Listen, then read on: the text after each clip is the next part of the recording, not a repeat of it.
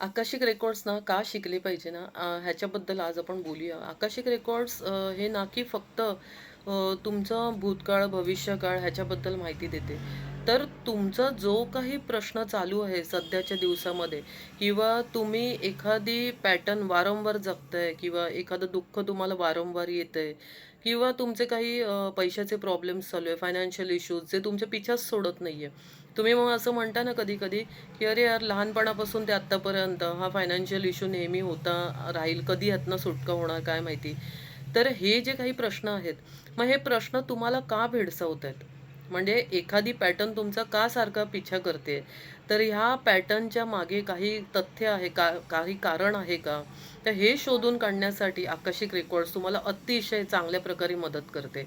फक्त असं नसतं का आपल्याला फक्त फ्युचरचं काही गोष्टी कळल्या, तर हां, हे केलं तर तुमचं फ्युचर चांगलं होऊ शकतं. तर असं नाहीये. तर आकाशिक रेकॉर्ड्समध्ये तुम्हाला त्या प्रश्नाची मूळ उकल समजते. तर मी इथे ना एक छान एक्झाम्पल देते. जे आत्ताच रिसेंटली मी एक आकाशिक एका व्यक्तीचे रेकॉर्ड्स ओपन करताना माझ्या परिचयाचे आहेत ते व्यक्ती आणि त्यांचे जेव्हा मी आकाशिक रेकॉर्ड्स ओपन केले होते, तर बघा त्यांचा प्रश्न हा होता, की त्यांचं आणि त्यांच्या मिसेसचं जे काही नातं होतं, तर ते खूप छान होतं. म्हणजे अगदी छान, नजर लागण्यासारखं छान होतं अगदी. आणि अचानक काही पासून त्यांच्या नात्यामध्ये मतभेद वाढायला लागले, गैरसमज वाढायला लागले. तर त्यांना कळे नाही का का असं होतंय? का पार्ट हा सारखा यायला लागलाय आता? तर असं होतं की त्यांना सारखं-सारखं हे जाणवायला लागलं, की नाही काहीतरी चुकतंय. काहीतरी घडतंय जे आपल्याला कळत नाहीये आणि काहीतरी चुकतंय. तर ते जेव्हा माझ्याकडे त्यांचे रेकॉर्ड्स पाहण्यासाठी म्हणून आले, त्यांनी सांगितलं की "मॅडम आमचे हे असं-असं कंडिशन सध्या घडते. तर आकाशिक रेकॉर्ड्स पाहून आपण ह्याची उकल मिळवू शकतो का?" तर मी सांगितलं, "येस, मला तुम्ही काही दिवस द्या. मी माझ्या जेव्हा कम्फर्ट झोनमध्ये असेन, तर मी नक्की तुमचा हा प्रश्न मांडीन आणि आपण पाहूया, की काय असं का घडायला लागलं अचानक." तर जसं मी त्यांचे रेकॉर्ड्स ओपन केले, तर बघा गोष्टी अशा रीतीने समोर येतात, की ज्याचा आपण कधी विचारही केलेला नसतो, का अशी गोष्ट आपल्याला दाखवली जाते.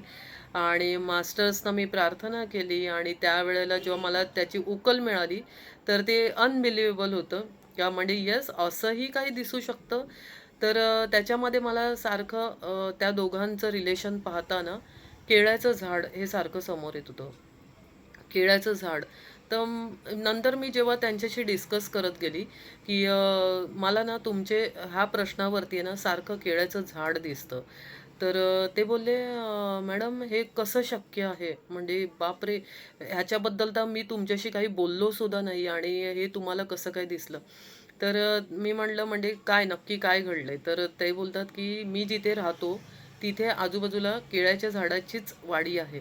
तिथे जास्तीत जास्त केळ्याची झाडं आहेत. तर ह्याचा आणि आमच्या रिलेशनशिपचा काय संबंध?" तर मी म्हटलं, "अजून मी एक सिटिंग घेणार त्याच्यावरती आणि मी अजून एकदा त्या ध्यानाला बसली आणि जेव्हा मी पुन्हा हे सर्च करण्याचा प्रयत्न केला, तर त्यावेळेला असं दिसण्यात आलेलं होतं, की एक कपल नाहक पद्धतीने त्या केळ्याच्या झाडांना तोडतंय. ठीक आहे. म्हणजे अगदी छान फुललेलं केळाचं घड लागलेलं अशा झाडाला एक नवरा-बायको त्या केळाच्या झाडाला तोडून टाकतायत. अगदी उपटून टाकतायत. आता विचार करा, ही कुठल्या मागील जन्मामधली अशी एक मेमरी होती आणि त्याच्यामध्ये त्या केळाच्या झाडाचे शाप लागलेले होते त्या नवरा-बायकोला. आणि जे आपला आत्ता कार्मिक पॅटर्न कंप्लीट करण्यासाठी, तो कार्मिक दोष पूर्ण करण्यासाठी हीच नवरा-बायको पुन्हा एकमेकांच्या सानिध्यात आले. त्यांचंच लग्न झालं. संसार चांगला चाललेला होता आणि जशी केळ्याच्याच झाडांच्या आसपास त्याच वाडीमध्ये त्यांचं घर असणं आणि त्यांना आता तो जे काही दुःख त्यांना भोगायला लागत होतं, तर त्याची उकल झालेली होती. उकल ही होती का त्या केळ्याच्या झाडाचे शाप त्यांना लागलेले होते.